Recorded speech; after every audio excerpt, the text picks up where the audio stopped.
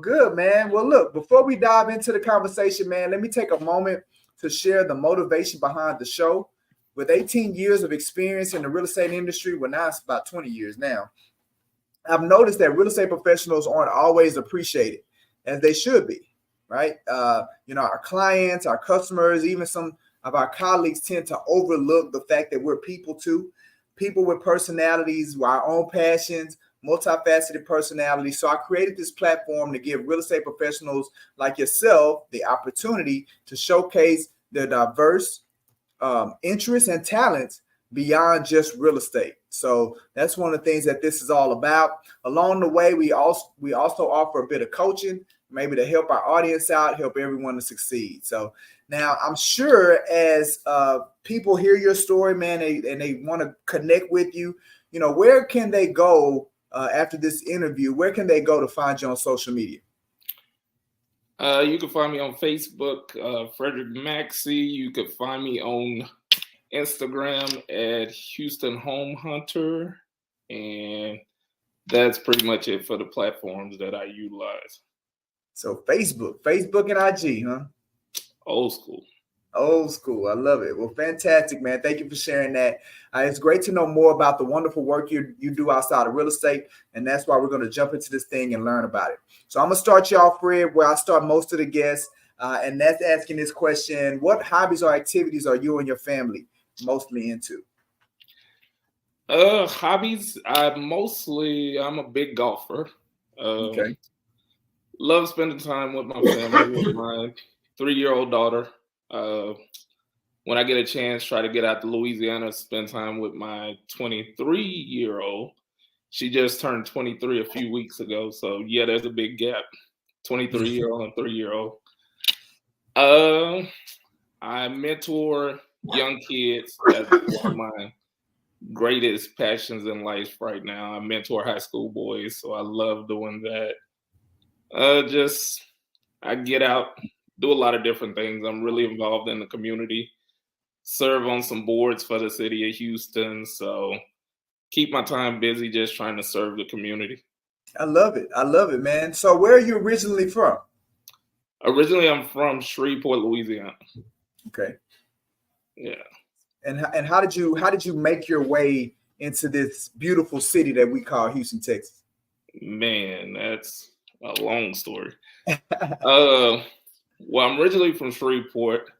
Left Shreveport when I graduated from high school back in 1994, a long time ago.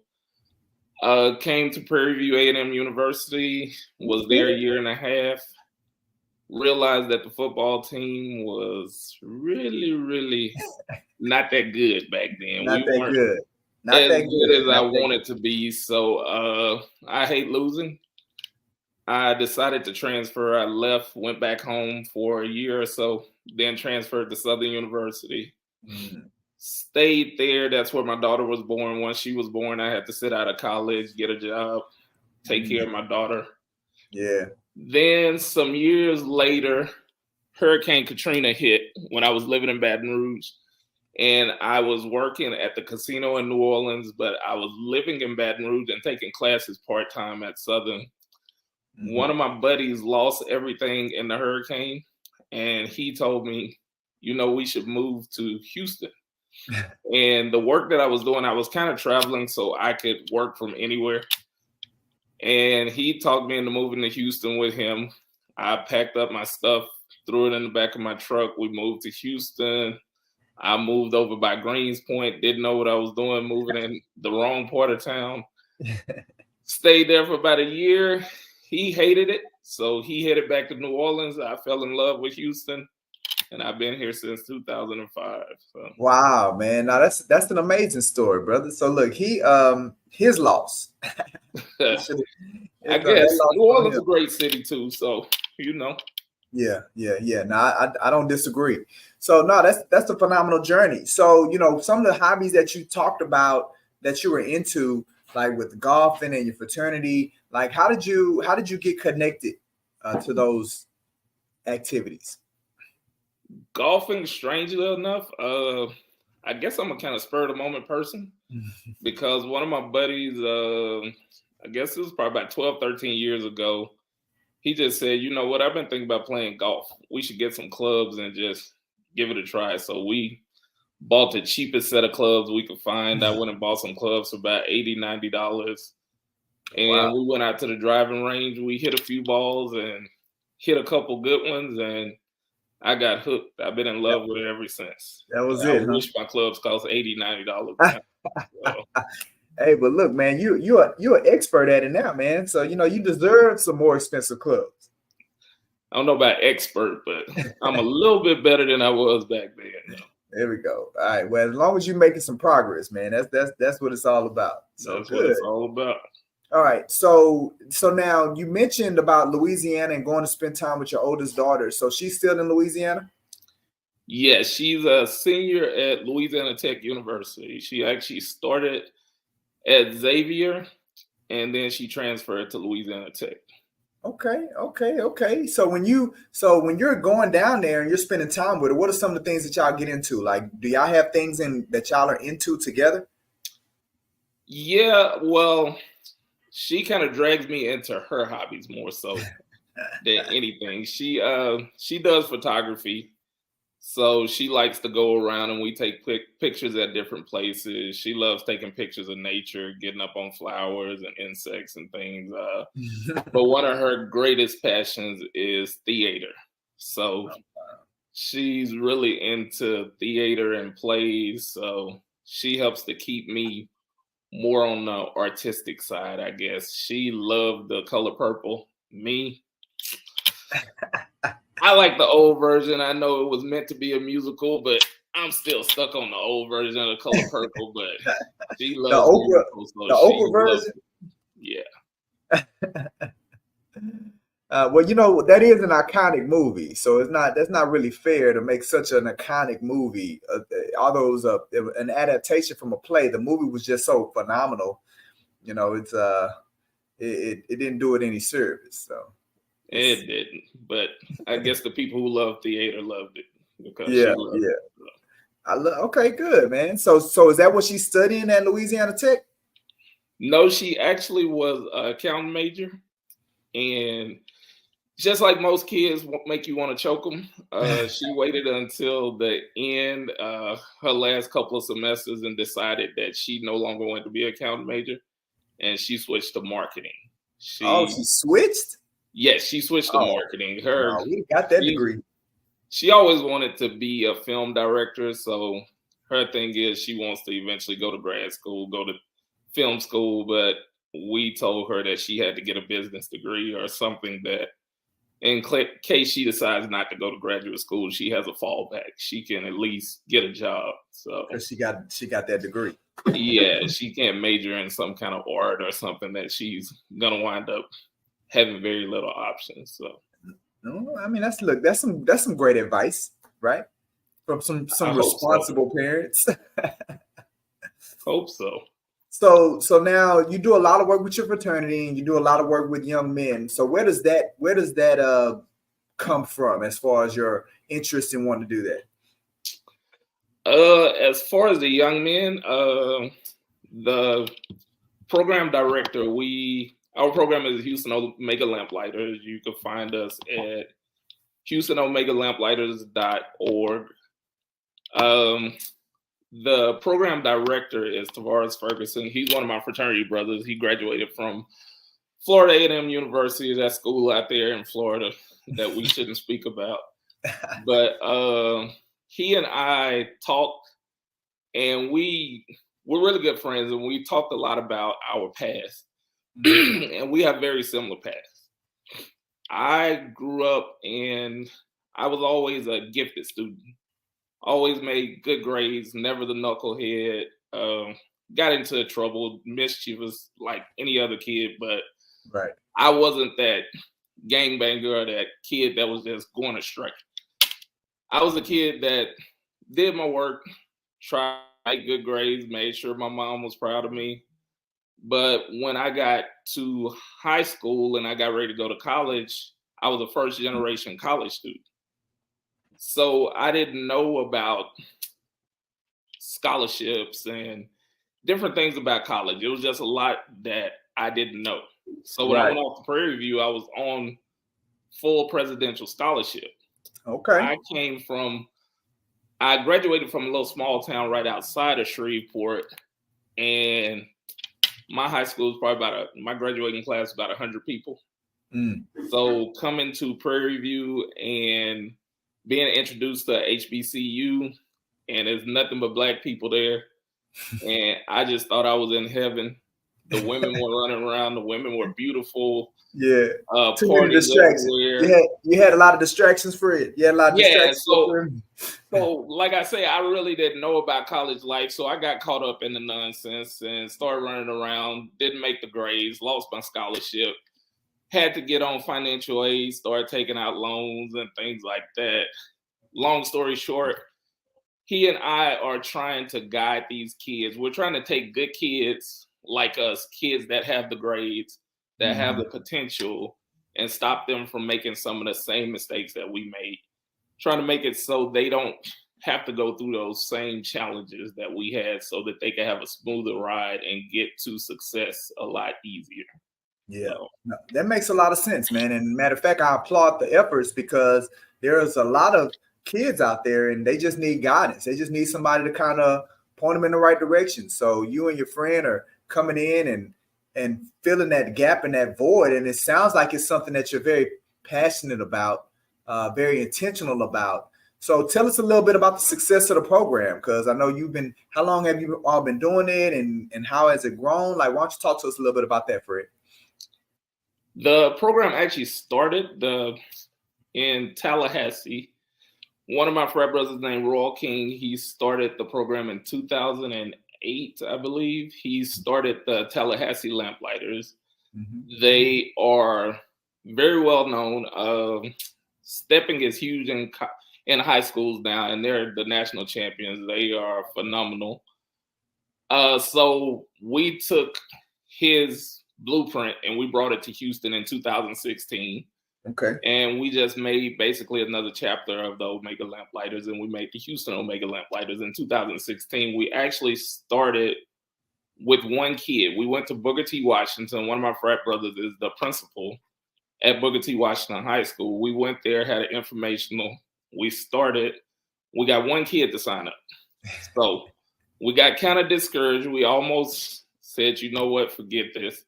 Yeah. But we kept going with the one kid. The next year we got 3 kids. Okay. And the year after that, we got about 12 or 13 kids. Then the pandemic hit. We started to get momentum. Yeah. And the pandemic hit, but we still had our core group of kids that luckily we allowed some junior high kids to start with us. And they stuck around through the pandemic. So after the pandemic, we got back going again. And now we have about 65 kids in the program. And we're getting to the point that we have to be more selective and start turning kids around. The last few years, we have taken them on college tours. We take them every summer. We try to take them somewhere. The first year we took them through Louisiana. We hit Southern. We hit LSU, Dillard, Xavier, Florida State, and Florida A&M. Ironically, we hit his alma mater and my alma mater. Yeah, both of y'all, right? The next year, we took them to Alabama, and we went to Alabama State, Tuskegee, Miles College, and Jackson State. This summer, we're taking them to D.C. We haven't completed the itinerary, but we are definitely taking them to Bowie State, Howard, Georgetown, and we're not sure what other school. We're trying to decide on all the schools. We're going to take them to see the Capitol. Yeah. We're doing some stuff with voter registration. We have Shakira Daniels and Ray Shackelford in a couple of weeks are doing a class for them on government and voter registration. They're going to be doing voter registration drives. So we're just trying to get them where they know about voting. We know that's big with Black men not voting. So we're trying to teach them young and get them civically responsible at an early age. So make them better citizens. Make them better citizens, huh, Fred? Oh, yeah. We're trying to shape them and make them good men like you. Come on, bring it up. Bring it on. Bring it on. Hey, it's funny, man. You bring up Shakira and Ray. So we're actually in the same leadership class. We was the HBLI? leadership, yeah, HBLI class too. Oh, So yeah. they were students, members with me in that class. Such a small world, but those are some powerful individuals for those now is it just boys or is it boys and girls with the Lamplighters? The Lamplighters are just boys, but Just actually boys? the class that they're teaching, we're going to allow them to bring their families. So we're going to allow the parents. And if they have siblings, we're going to allow them to bring them because we feel like the voting and knowing about the government and things like that is important. So we want the families to come sit in and be able to hear. Like you said, those are two very knowledgeable and powerful individuals. Ray sits on my board for the Lamplighters. He's basically like my little brother. But we want the parents and the families to also be able to hear. And if somebody out there is interested, they can reach out to me and we can see about getting them in there too. We want to educate whoever we can. So. Yeah.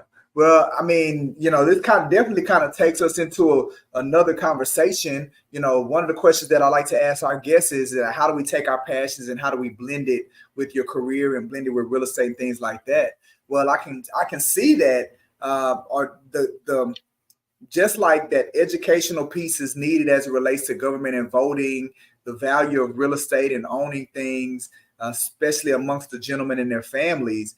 Are you kind of taking the lead on filling that gap as far as educating them and exposing people that are connected to the Lamplighters to this vehicle called real estate? Definitely. Strange enough, or not strange enough, I guess, the way I wound up at Brooks and Davis, one of the Lamplighter parents, one of our parents, her son is a freshman at Jackson State now, but she loved the program so much and what we did for her son that she still works with the program. She's over our education, and she's also a realtor at Brooks and Davis. I was at KW Metro around the corner from my house, and I was looking for a new brokerage. And when I spoke to her, she told me, she's like, go to Brooks and Davis. I love it over there. It's us, and it's a field that I think you'll like. Yeah. And when I walk in and I saw Larry, and I'm like, oh, I remember you. We went on a ski trip together. So we met probably about 8-9 years ago on a ski trip, on MLK ski trip. Yeah. So say all that to say that she and I have kind of connected on real estate, and we have a couple other parents that are also in the field. So we have discussions, and that's one of the things that we also try to teach the kid, try to teach some of the parents. And I try to have conversations with them and try to inform them with any questions they have about real estate and if they're trying to purchase or sell. So I try to keep them informed. I'm actually getting ready to do a mock career fair with the kids. Okay. And we'll definitely try to have maybe a Brooks and Davis table there so they can learn about real estate and real estate as a career and a way to earn when they graduate. So no, that is definitely phenomenal, man. It's one of those things, one of those powerful pieces that when you combine them and when you educate the people and the families, and like it could just be truly life changing. So just in addition to what you are already, the impact that y'all are already having on these young men and their families, it's going to be realized for years, man. So I just definitely applaud what you're doing. So if you weren't doing real estate, Fred, what do you think that you would be doing if you weren't doing real estate? In addition to real estate, I do a few other things. Eventually, I plan on making real estate full time, but for now, it's part time. I am an engineer. One of my frat brothers and we work together doing some contracting. We do some work with mostly this company called Terracon, where we do some different inspections and things. We have a contract with Texas A&M, and we had a contract with HISD. So we do some different engineering work. So I do that. That's what my degree is in, mechanical engineering. I've also worked in the gaming industry for a long time. I've been involved in poker. So I've played poker professionally. I've ran poker tournaments, the World Series of Poker that comes on ESPN. I ran that tournament for several years. I was one of the shift managers, which is one of the highest positions at that tournament. Travel all over the world, working in different poker tournaments. Wow. Got to do a lot with the gaming industry. I've got to see the world. I've traveled as far as China, France, all over South America, Really? all Because over. because of gaming, because of your connection in the gaming industry. Yeah. Wow. Yes. That seems amazing. It Very is. It was Seems fun exciting. for a while when I was younger, but now I'm married and have kids and can't Yeah. travel that much, so that's not the lifestyle for me. But it was fun when I was younger. Hey, look, I like the way you put it. You was like, it was fun while it lasted. It was good times. Now it's time to move on to something else. I New love it, stage in man. life. Yeah, no. I love it. Well, look, man, Fred, before we wrap up, I'd like to express my gratitude, man. You've been an incredible guest. Definitely want to say thank you for joining us today and sharing your insights. I mean, your presence here has made this episode truly special. Before we say goodbye, do you have any parting words or advice you'd like to share with our listeners? Maybe something we didn't mention that you would like to share? Well, just mentioning again, my family, God, most important things to me, and my kids, not just the two girls that I was involved in creating, but also those kids, the Houston Omega Lamplighters. Those boys mean a lot to us, and they are my extended family. If you guys are out there, you get a chance, I say visit us at HoustonOmegaLamplighters.org. And if you want, you could donate to help take care of that trip to DC this summer.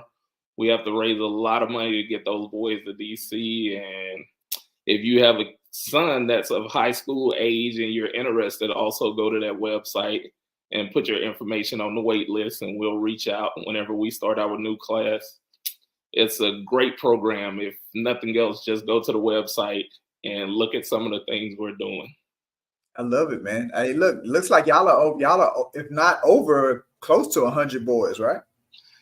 We're trying to stay under about 75 this year. We're growing as we go. We don't want to get too many kids where we don't have the capacity to give them what they need.